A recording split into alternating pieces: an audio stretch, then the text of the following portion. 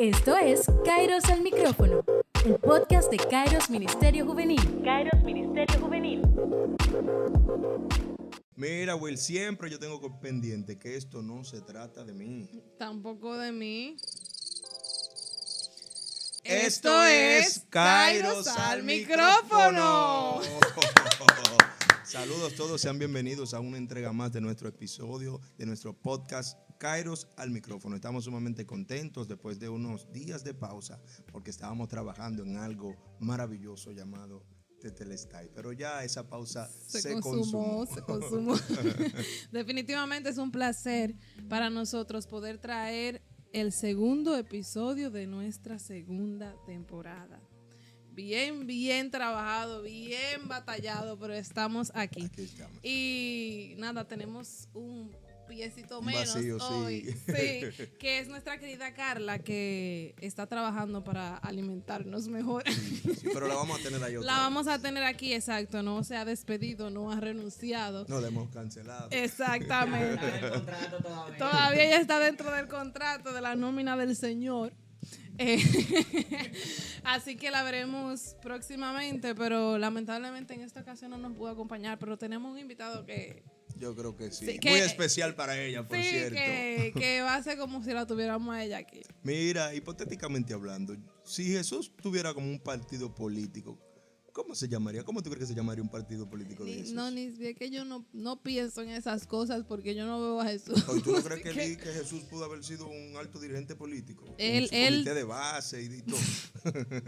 Probablemente fue visto por algunos como una persona o un ente político por las cosas que hacía y por la capacidad que tenía de llamar la atención de la gente y generar movimientos que la gente le siguiera e hiciera las cosas que él decía. Pero él nunca se presentó como tal.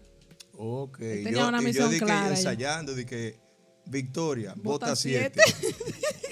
El número perfecto.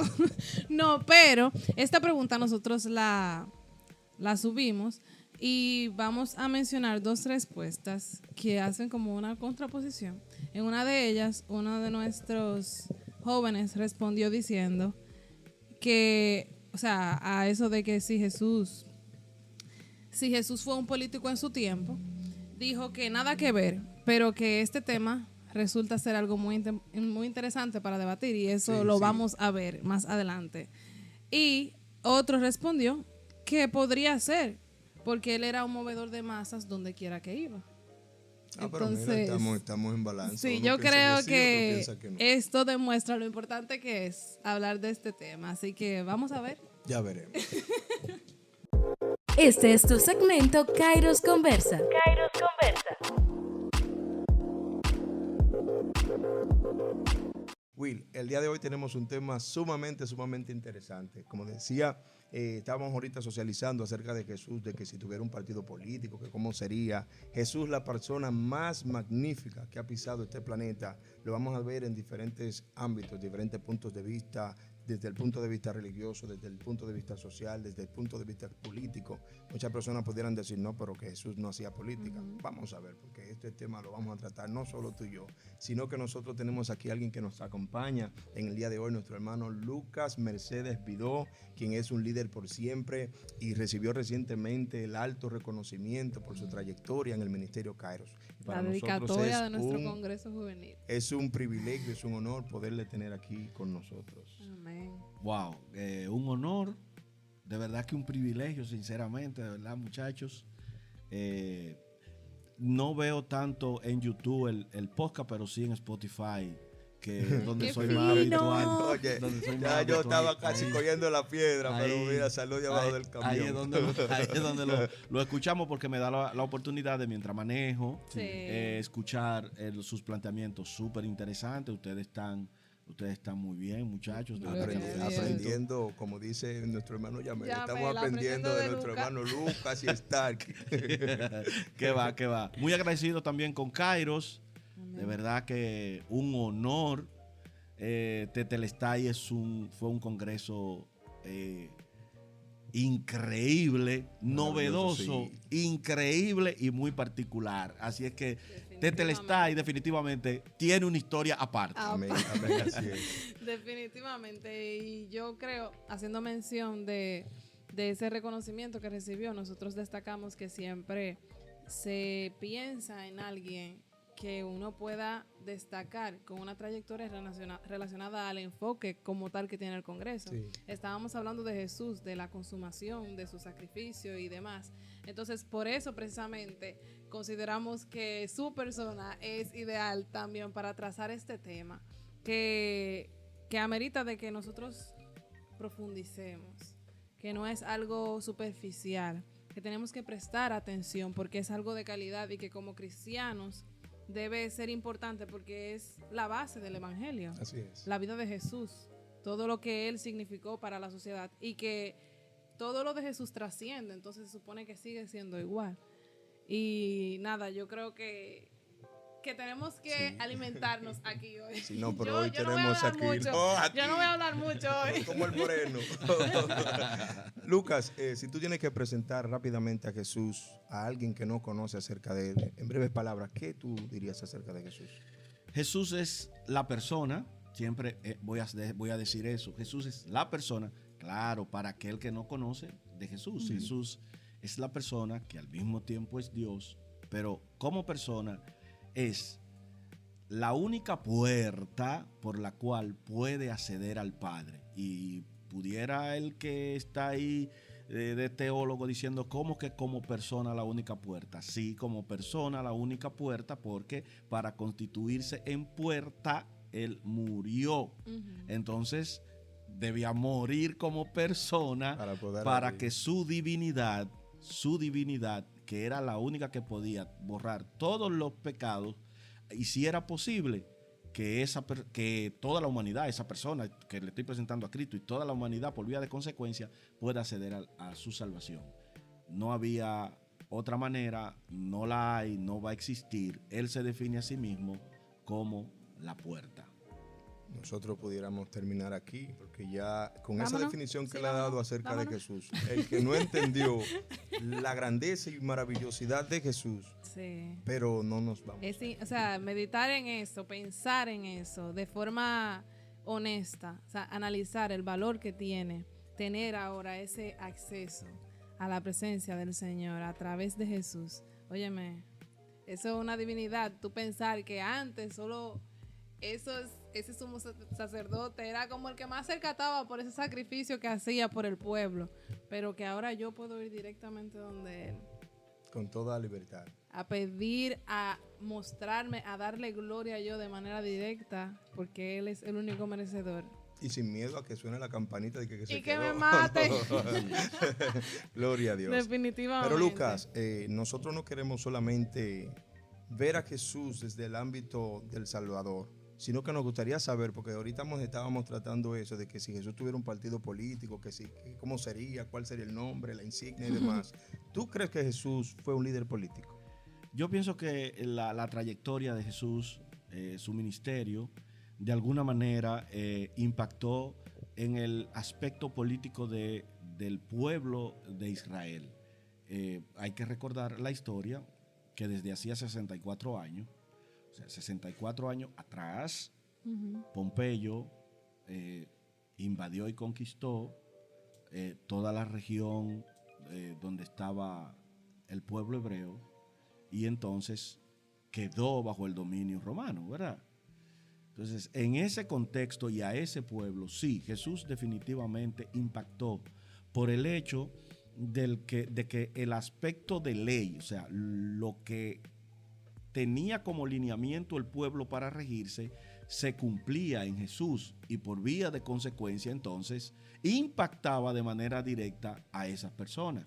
Desde ese contexto había un impacto en la política y en todos los aspectos sociales. De hecho, Jesús muere por un plan de salvación que había ya establecido, pero que el aspecto político se encargó de eso. O sea, Jesús no vino con el norte de hacer política, pero aún sin tener ese norte, impactaba de manera directa Claro que sí. en la política. Definitivamente. ¿Y qué representaba entonces Jesús de manera así tan estricta para los romanos?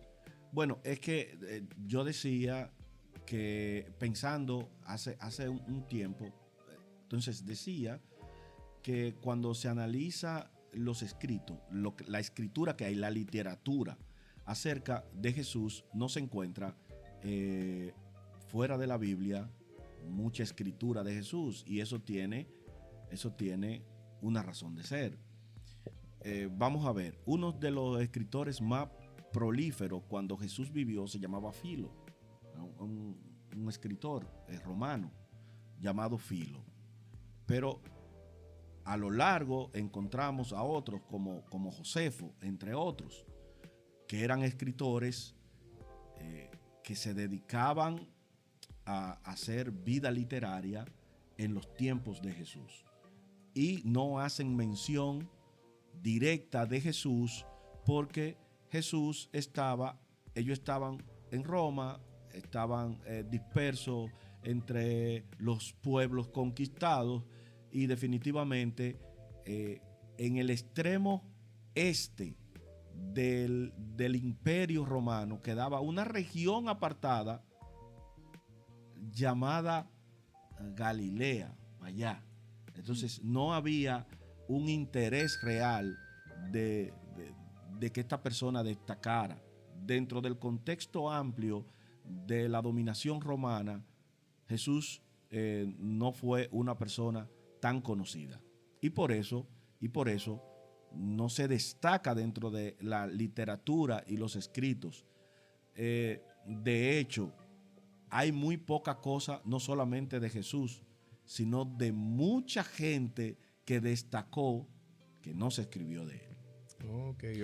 Y si se escribió, dicho sea de paso, aquí es bueno esto mencionarlo, porque no estamos buscando borrar la historicidad de Jesús, porque eso es imposible. Eso es imposible. Jesús fue una persona que nació y vivió en Israel en el siglo I, que se llama primero porque su vida y testimonio dividió la historia en dos. Claro. Entonces es imposible negar eso. Uh-huh. Pero sí, ciertamente, dentro del contexto amplio literario, no hay literatura, digamos, secular que hable de manera extensa acerca de Jesús. Sí.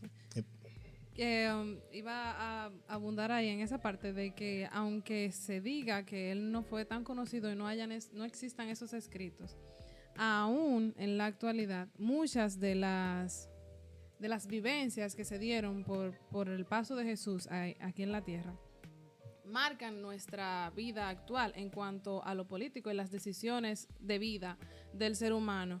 Porque, por ejemplo, está ese hecho de el antes de Cristo y después de Cristo, que aún el que no crea o diga que no cree en el Señor, tiene que adaptarse a ese hecho. Correcto. Y también el hecho de que ese tema lo hablé con unas hermanas en una ocasión de allá de la iglesia, porque me resultó impactante ver cómo nosotros, sin pensarlo mucho, estamos viviendo bajo la historia de Jesús actualmente, porque incluso lo de jubilarnos de nuestros trabajos es un hecho bíblico. O sea, lo de la jubilación habla la Biblia perfectamente de por qué se daba cuando los esclavos llegaban a cierta edad, uh-huh, que tenían que sacarlos, que tenían, uh-huh, que darle las ganancias de todo, uh-huh, lo que ellos habían trabajado y todo eso. Uh-huh. Y nosotros vivimos como en eso. Y uno nunca se pregunta, ¿por qué jubilarse? O sea, ¿por qué se llama así?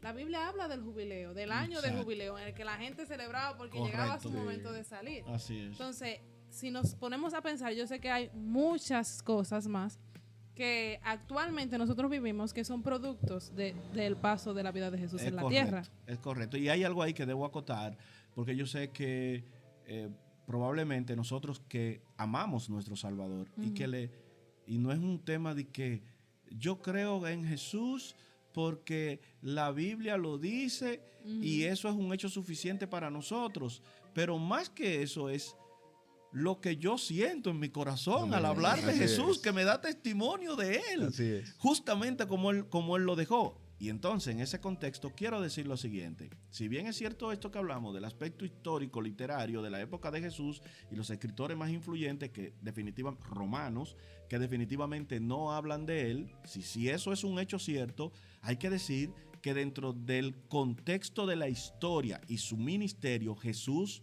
fue lo que nosotros pudiéramos llamar hoy un escándalo. O sea, Jesús era ampliamente conocido e impactó dentro del contexto del pueblo de Israel. Porque ¿a quién fue la promesa? ¿Y qué tenía que venir a cumplir? Dentro de ese contexto fue ampliamente conocido. Sí. Eso es importante también decirlo, porque ahí se debían cumplir una serie de profecías que apuntaban al Mesías, al Hijo de Dios, que era ese que murió en la cruz. Sí. Okay, sí, entonces es importante que no nos perdamos entre una cosa que es el Imperio Romano y la literatura contra la historicidad de Jesús y el impacto que tuvo dentro del pueblo hebreo. ¿Ok? Esos son dos aspectos diferentes. Perfectamente podríamos decir que Jesús se dio a conocer donde él debía conocerse. Correctamente, para que se cumpliera lo que tenía que cumplirse. Porque él siempre marcó que su misión aquí era algo en específico. Él no tenía un interés en ser tan conocido en todos los lugares y aún así llegó a conocerse. De hecho, cuando hace la gran comisión, dice, me seréis testigo, ¿dónde? En Jerusalén. En Jerusalén. De manera intencional, me serán testigos en Jerusalén. Y ahí comienza a decir, ¿y cómo termina? Hasta lo último. ¿Y qué es lo que está pasando y qué fue lo que pasó? Está siendo conocido. Estamos aquí hasta hablando de él. Hasta lo último de la tierra. Hay que pensar en el aspecto político para decir lo siguiente. Si esto, y yo le digo esto mucho a los muchachos en la clase, en mi clase, que tengo el honor de compartir con un grupo de jóvenes, yo siempre le digo, si esto no fuera la obra de Dios, hubiera llegado hasta el año 70. Hace mucho. En el año 70, después de Cristo, si esto no fuera de Dios, nosotros, el evangelio, el cristianismo, lo cristiano, no existiera. Los del camino no se iban a conocer. Si no fuera de Dios, lo que pasa es que esto que inició como un pequeño movimiento era la obra de Dios en la tierra. Amén, amén. Lucas, pero él se perfilaba como un líder político. O sea, cuando uno lo ve, dice, pero que él parecía un líder político. Incluso hacía muchas obras sociales, se preocupaba por la sociedad. Entonces, ¿a qué se atribuye que él, impactando de manera directa a la política y preocupándose tanto por la sociedad, él no hiciera política? ¿Por qué? Porque no era su misión. Eso no era lo suyo. No era su misión. Vamos a ver. Jesús vino con una misión muy específica. Y yo, pensando en eso, hace un par de meses, le decía a mi clase lo siguiente. Cuando analizamos la vida de Jesús, Jesús no fue perseguido tanto por lo que hacía, sino por lo que decía de él. Por lo que decía de él, acerca de él, que era necesario que él dijera. Entonces, fíjate que en algún momento dice, bueno, pero es que ustedes me siguen para ver lo espectacular. Y los discípulos le dijeron, maestro, mira, tú estás hablando muy duro ahora. La gente se está empezando a ir. Y él le dijo, ¿quieren acompañarle también ustedes? Cuidado. Entonces, ¿qué era lo que Jesús tenía que dar testimonio acerca de sí mismo? Para que aquello que yo hice al inicio de poderle presentar a Jesús como la puerta se cumpliera. Y Jesús abordó ese tema social de manera brillante porque Él era Dios. Y su compasión y lo que Él es, Él no se despojó de eso, sino que trajo eso para enseñarnos a nosotros cómo vivir una vida compasiva también. Entonces, fíjate que todo el aspecto de bondad de Jesús está reflejado en su obra real de vida. Entonces, en ese contexto, Él no se despoja, Él se despoja de su gloria, pero Él viene a mostrarnos cómo se vive la vida con una verdadera calidad de vida, que es que es el aspiracional de hoy. La sociedad de hoy aspira a eso, a impactar así una cosa que Jesús hizo en su vida natural y que le salió de manera tan fluida, porque ese era Jesús. Y no lo hacía con nada subyacente, porque hoy muchos se brindan, y tú verás, todavía no ha empezado bien este tema, pero tú verás gente en la calle tratando de venderse compasivo, Sí. o tratando de ayudar a las personas, o tratando de dar una u otra dádiva, con el fin de que tú le elijas para entonces él cobrar con creces aquello que le va a permitir un puesto de poder en la sociedad. Jesús no quiso eso. Su obra era mayor, era redimir al mundo entero, era redimir la sociedad de ese momento, pero la sociedad de hoy también, a través del milagro más grande que existe, que es la salvación. La salvación es un milagro que cuando nosotros lo pensamos desde el Edén, nos damos cuenta de que es imposible que no fuera Jesús que lo hiciera. Sí. Solo Él era capaz de hacerlo. Eran 613 leyes y decretos y edictos y demás. Jesús lo cumplió todos. Yo no vine a abrogar la ley, sino a cumplirla, a cerrar ese círculo. Y cuando analizamos la ley a profundidad, nos damos cuenta de una cosa, de que la ley también fue gracia.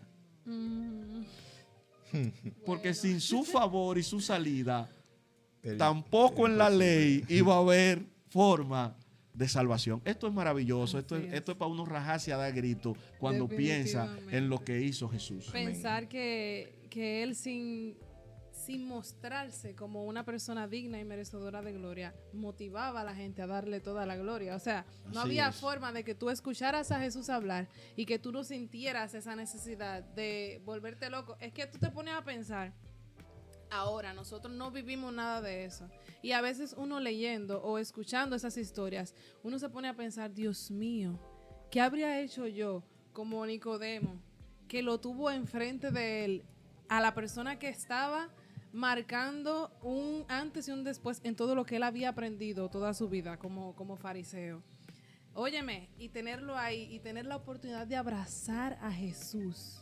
Era una cosa totalmente increíble y para la gente eso era digno de adoración y exaltación, y él como el ser humano más humilde y noble que ha pisado toda la tierra, y hablaba de él porque tenía que hacerlo.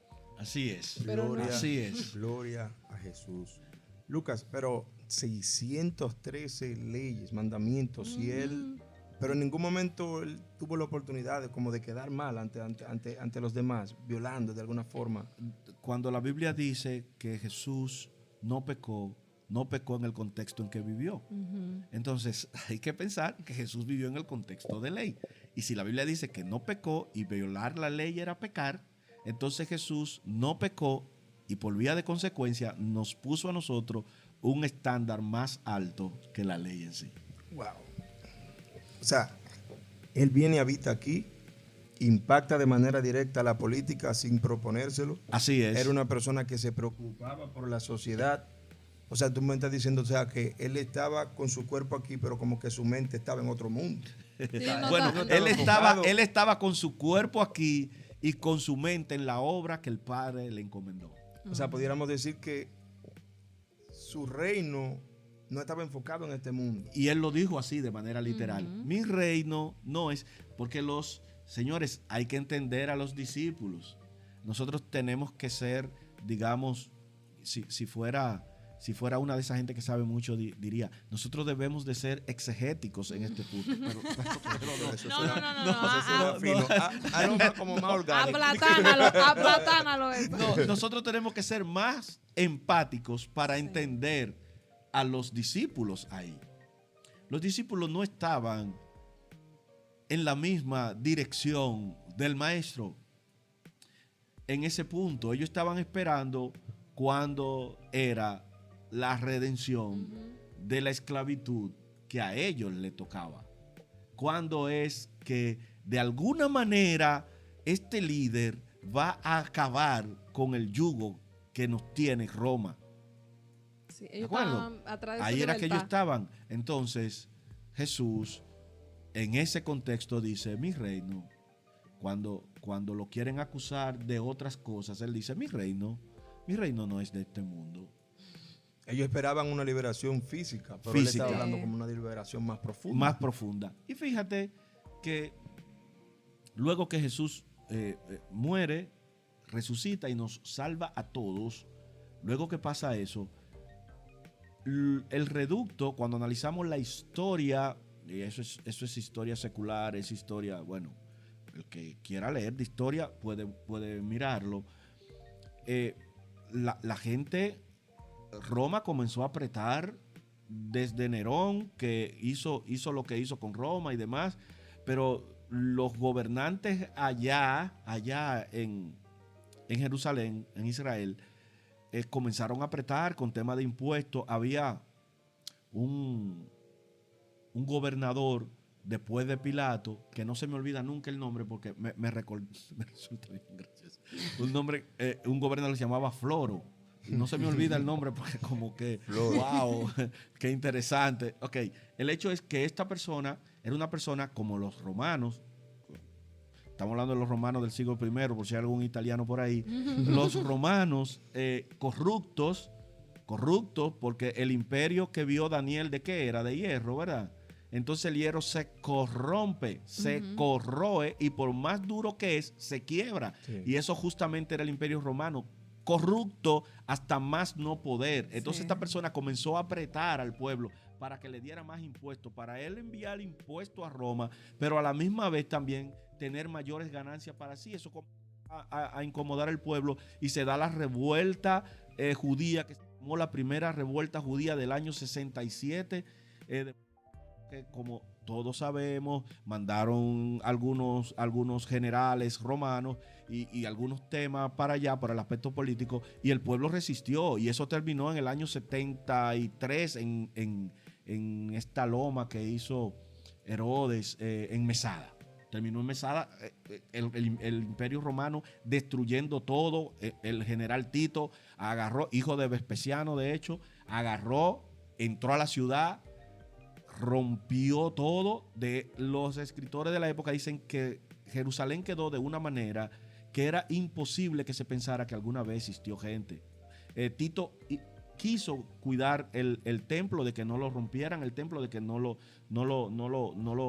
violaran el templo, y lo que quedó fue la muralla que se conoce hoy en día, que está en pie. Eso fue lo que quedó del templo, que es un muro oriental de lo que tenía el templo. Entonces con esto lo que quiero decir es que si ciertamente el reino del Señor es un reino mucho mayor que el de un pueblo en el Medio Oriente que intenta, ¿verdad?, salvarse, porque es la redención del mundo entero. Si bien es cierto eso, el pueblo judío quedó con el aspiracional de liberarse de Roma.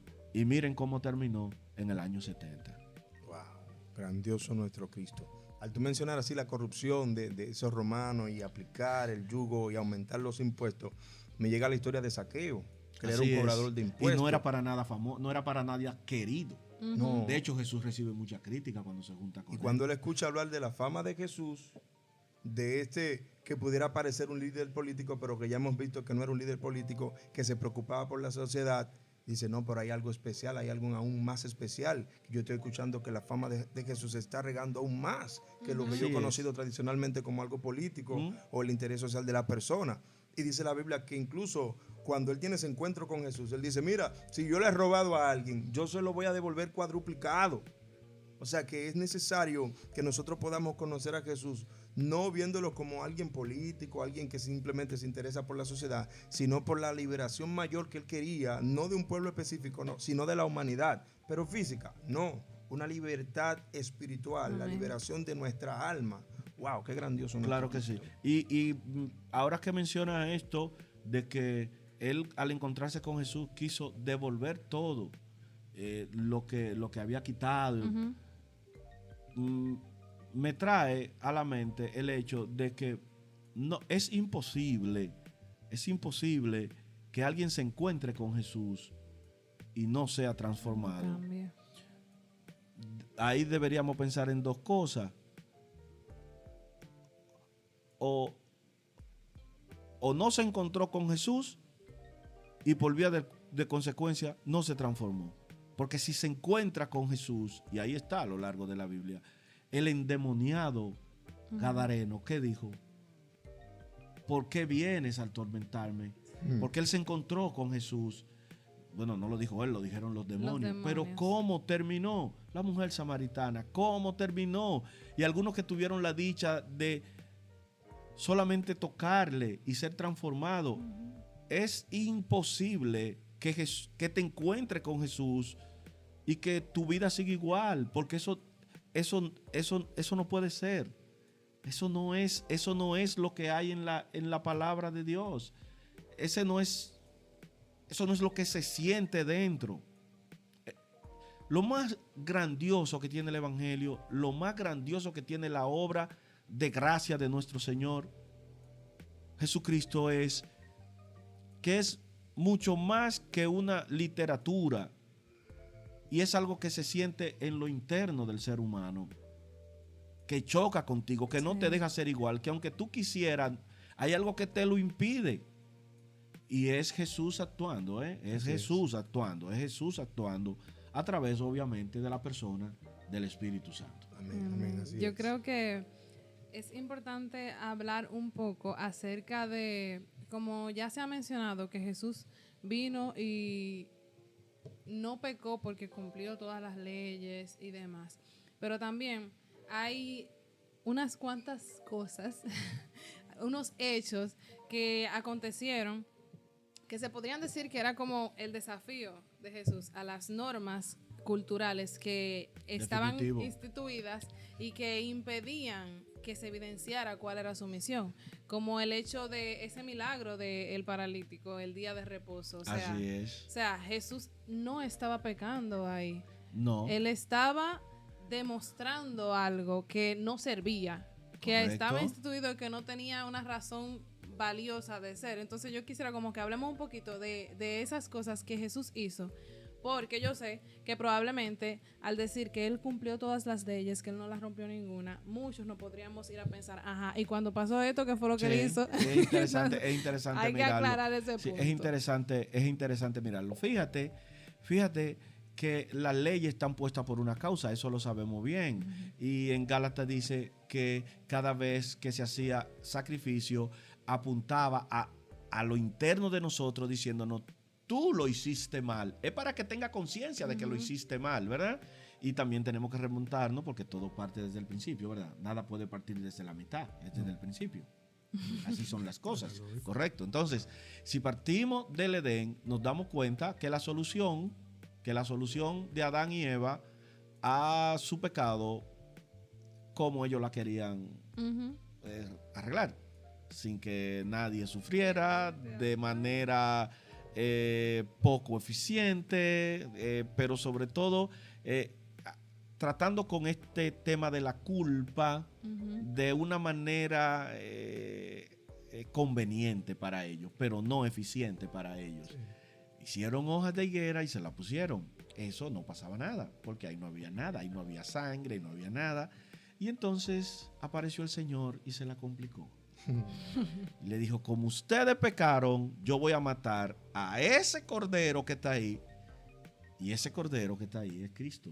Así que por vía de consecuencia, mi querida Wilma, desde ese momento los sacrificios lo que hacían era apuntar a la culpabilidad de nosotros.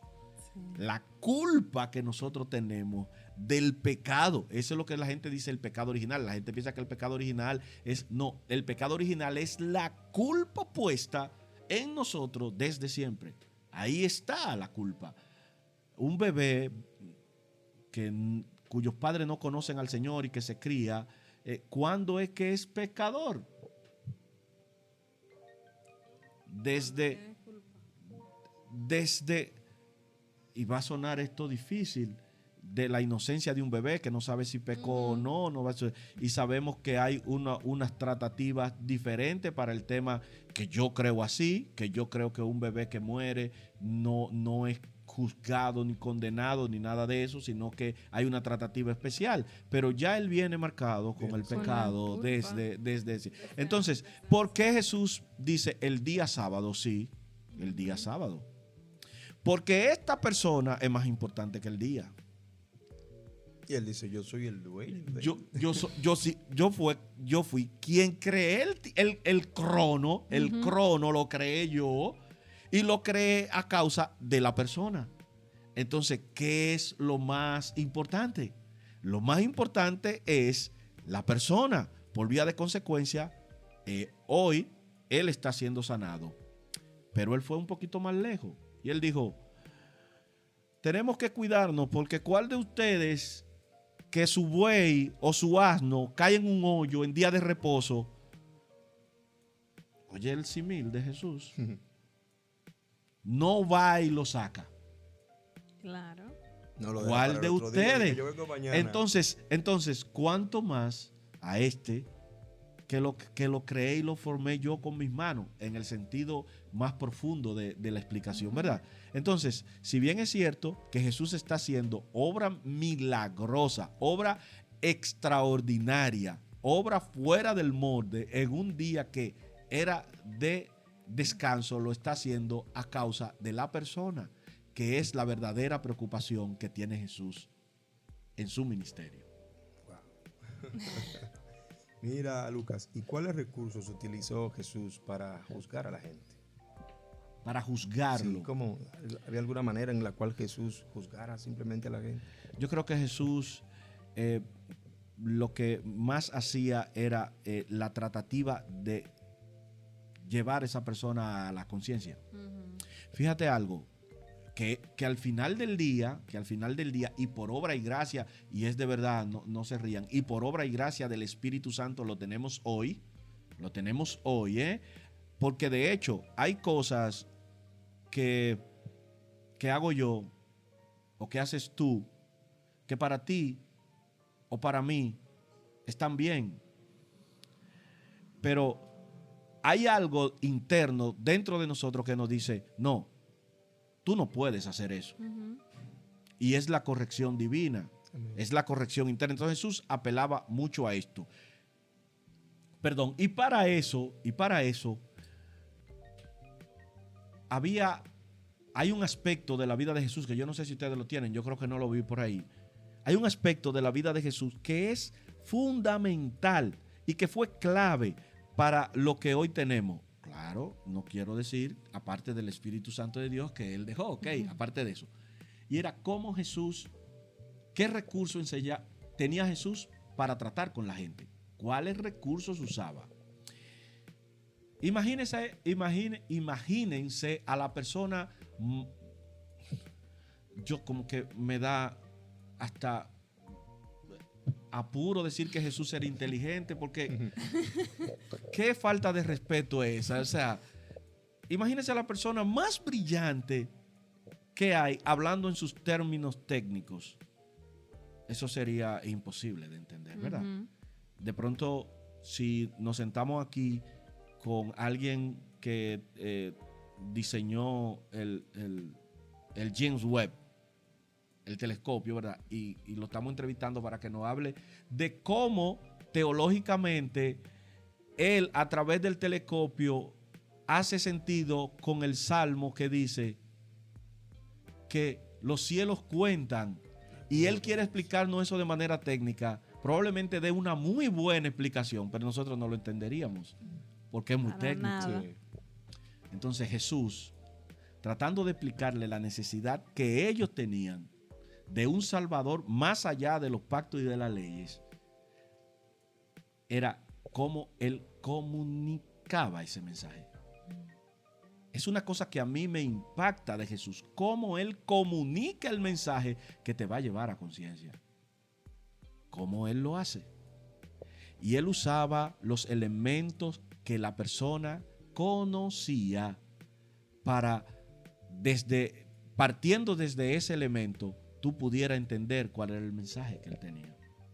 El mensaje cumbre de Jesús fue su muerte en cruz. Ese fue el mensaje cumbre de Jesús. Pero lo que él implantó en la tierra, de la manera en que comunicó su mensaje, es una cosa extraordinaria. Jesús hace sencillo de entender el mensaje. Claro, que faltaba un elemento que ahora para nosotros decimos, es como cuando tú ves una película, ¿verdad? Le da para atrás y luego vuelve a ver la película de nuevo. Tú dices, porque ya tuviste el final. Sí. Ahora nosotros sabemos que aunque era Jesús que estaba comunicando y aunque era Jesús que estaba hablando, inclusive para sus discípulos, no fue posible que eso tomara sentido, hiciera clic, hasta tanto la obra del Espíritu Santo no fue infundido en la vida de las personas. ¿Ok?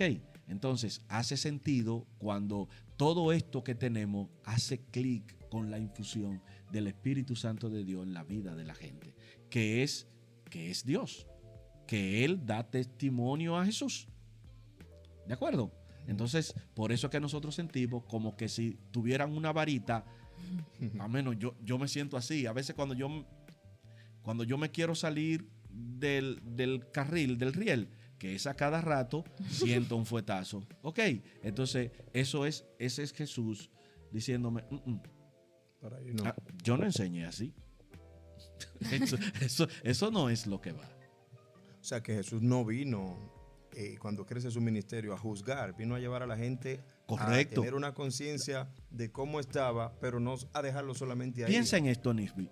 El sumo sacerdote, el verdadero sumo sacerdote juzgando. No hay quien se salve. No hay, porque en él se cumple todo. Entonces, sí, es que todo se resume en el amor que tiene el Señor. Amén. Todo se resume en el amor. Y yo digo que el texto de amor más grande que hay en la Biblia es Génesis 1:1. Ese es el texto de amor más grande que hay en las Escrituras. Porque todos sabemos que Dios no actúa al azar, sino que Él actúa con propósito. Y que diga la Biblia en el primer capítulo, eso es una cosa impresionante para mí. Que diga la Biblia en el primer capítulo, en el principio creó Dios los cielos y la tierra. Y que luego diga que yo soy la corona de su creación.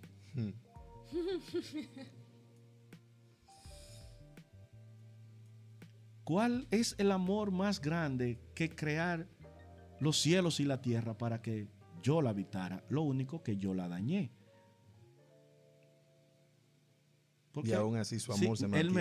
él me lo advirtió y me dijo, mira, enseñoreate de todo este árbol. No, de ese no. Y yo lo dañé.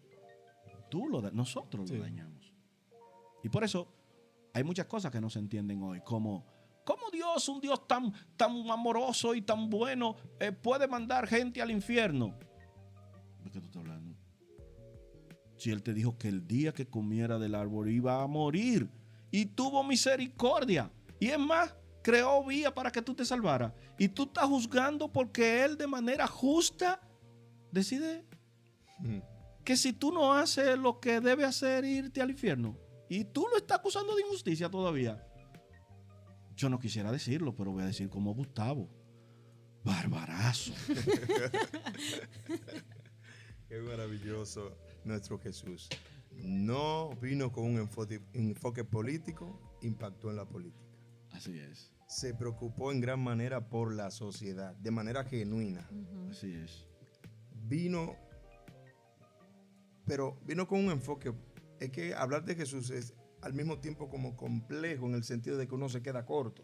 Claro. Habitando aquí y decir, mi reino no es de este mundo, pero a pesar de que su reino él estaba enfocado en que no era de este mundo, pero también tenía dominio de este mundo. O sea, de todo. Es algo maravilloso, pero yo me quedo con la última parte, de aquel que vino a libertar, no de manera física, sino de aquel que vino a libertar de manera espiritual, pero de manera eterna. Amén. Así es. Amén. Así es.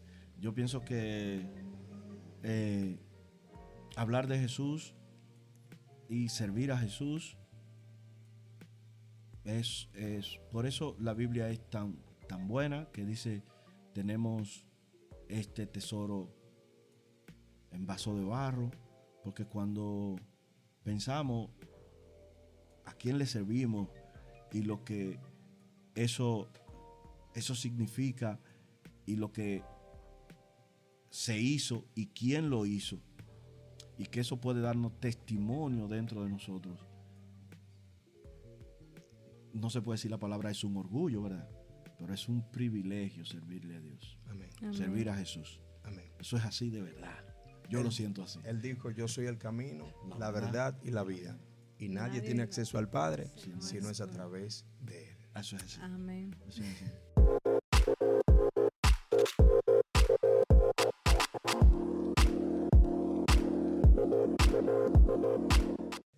Bien, como todos nuestros invitados, Lucas no va a ser la excepción. Va a ser sometido a nuestra prueba de fuego, Ay, ay, a nuestro segmento de Ponme Claro. ay. Entonces, Ay. me encanta. En esta ocasión, vamos a empezar preguntando. Nos gustaría saber, rápidamente, porque esto es lo que llegue. Ya. No. ¿Cuál es la parte más difícil de ser hermano de nuestro copastor Daniel Mercedes? Que el estándar está muy alto. ¡Ay! No, pero a mí que tú se la mandaste a él primero. Oh, frescome. No, la tenía ahí, No, yo no sé, no, es lo que llega. Déjame Yo no sé. tirarle No, yo esta no sé. buscapié. Tú sabes que cuando yo pienso en David, pienso en reinado. Pero eso yo pienso en reinado después que es ungido y demás. Pero antes de eso, él bregaba como con animales, ¿verdad? Él bregaba con ovejas. Sí. Y eso me da como para pastor. Él Sí. era pastor de ovejas. ¿En qué se relaciona como eso? Ponme claro, porque yo relaciono como ovejas, pastor contigo.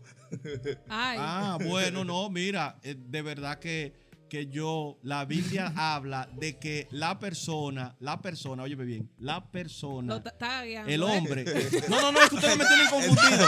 El hombre Esta no tiene, salió tan no, rápido como el la hombre, ahorita. espérense, escúcheme, el hombre tiene un rol sacerdotal en el hogar, que la Biblia dice que es la mujer tiene muchísimas cosas que el hombre no puede hacer, pero el rol sacerdotal en ese sentido, como ya no hay sacerdote, bueno, yo diría que yo soy el pastor de mis ovejas en la casa. Y la clase que tengo también, tengo una clase bíblica que yo me siento, miren, yo cuando me falta que me faltó fulanito, que me... Sí. O sea, que podríamos decir que es un ensayo. Oye ahora. ¿Qué día? Miren, ustedes saben una cosa, señores. Oigan esto. Yo, desde los 38, hace mucho, 38 años hace mucho ya, ay, Padre de Gloria. A mí no me gusta que me digan pastor, pero en el 2001, ¿cuántos años yo tenía? Yo tenía son 20 años menos, eran como 30 y qué sé yo cuánto. Y vino trajimos a René González profundo para el tabernáculo, para hacer el tabernáculo. Y René González, voy a testificar eso, íbamos en la guagua haciendo coro, porque más corita que René, eso hay que buscarlo. Entonces, René me puso la mano en el pecho así y me dijo, di que no te sientes sobre tu ministerio, está llamado al pastorado. Y yo por dentro dije, eso no es de Dios. Él canta bien. Él canta bien, pero eso no es de Dios. Le estaban diciendo algo ahí. Pero entonces, para cerrar, para quienes no lo conocen, nuestro invitado de hoy tiene otras virtudes. Sí, porque él es muy buen presentador y tiene esa vena publicista. Entonces, Obligado. ahora me gustaría que rápidamente usted nos demuestre cómo crearía una campaña publicitaria para Jesús. No lo conoces. Mira cómo es, te la voy a graficar. Oye, ¿cómo va? Va un niño descalzo a imagínate un carril sembrado de palmas, ¿verdad? Entonces una voz que dice, no lo conoces, no sabes quién él es. Él vino con un propósito eterno. Su nombre es. Y cuando digo Jesús, que aparece Jesús frente al niño, ¿verdad? Él es Jesús, las palmas, ¡bla! Para los lados. Se van las palmas hacia los lados. Jesús toma al niño y dice, yo también quiero salvarte a ti. Jesús de Hoy. Nazaret, hoy y siempre. Vota 7, victoria eterna. Hay una pregunta aquí que no se puede quedar afuera. El papá, ¿verdad? El papá de la que nos falta hoy, Sí. de Carla. Ajá. Sí, sí. Carla una vez fue sometida a este segmento porque Sí. ella vino como danzarina aquí. Ya, Y nosotros le hablamos de usted.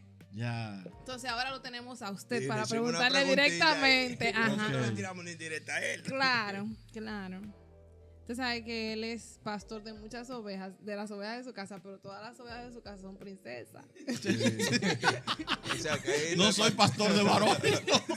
Son mujeres nada más. Y hay un sonido por ahí de que usted tiene una mandarria que es la que tiene a los hombres frisados, porque ven esa cara de ese hombre, ese terror. Entonces yo quiero que usted aquí se defienda y diga la verdad. ¿Cuál es el terror que hay? Porque que a los hombres les cuesta tanto llegar a esa casa a tocar la ¿Cuál puerta. es mi cámara? ¿Cuál es mi cámara? Agarre esa. Carla, oye lo que te voy a decir. Tú sabes, mija, que hace tiempo que yo te dije a ti que tú estabas free, que tú estabas free, tú estás Que free, Telestai. tú estás free, te Telestai, la deuda fue Oye, saldada. oye, Ahora bien, consumado, óigame bien, Camila, Carla, Ay, Camila, Keira, Kristin y Ashley. No quiero hombre en mi casa. ay. Se acabó esto. ¿Estamos entendiendo? Córtalo ahí. Esto es Kairos al micrófono, el podcast de Kairos Ministerio Juvenil. Kairos Ministerio Juvenil.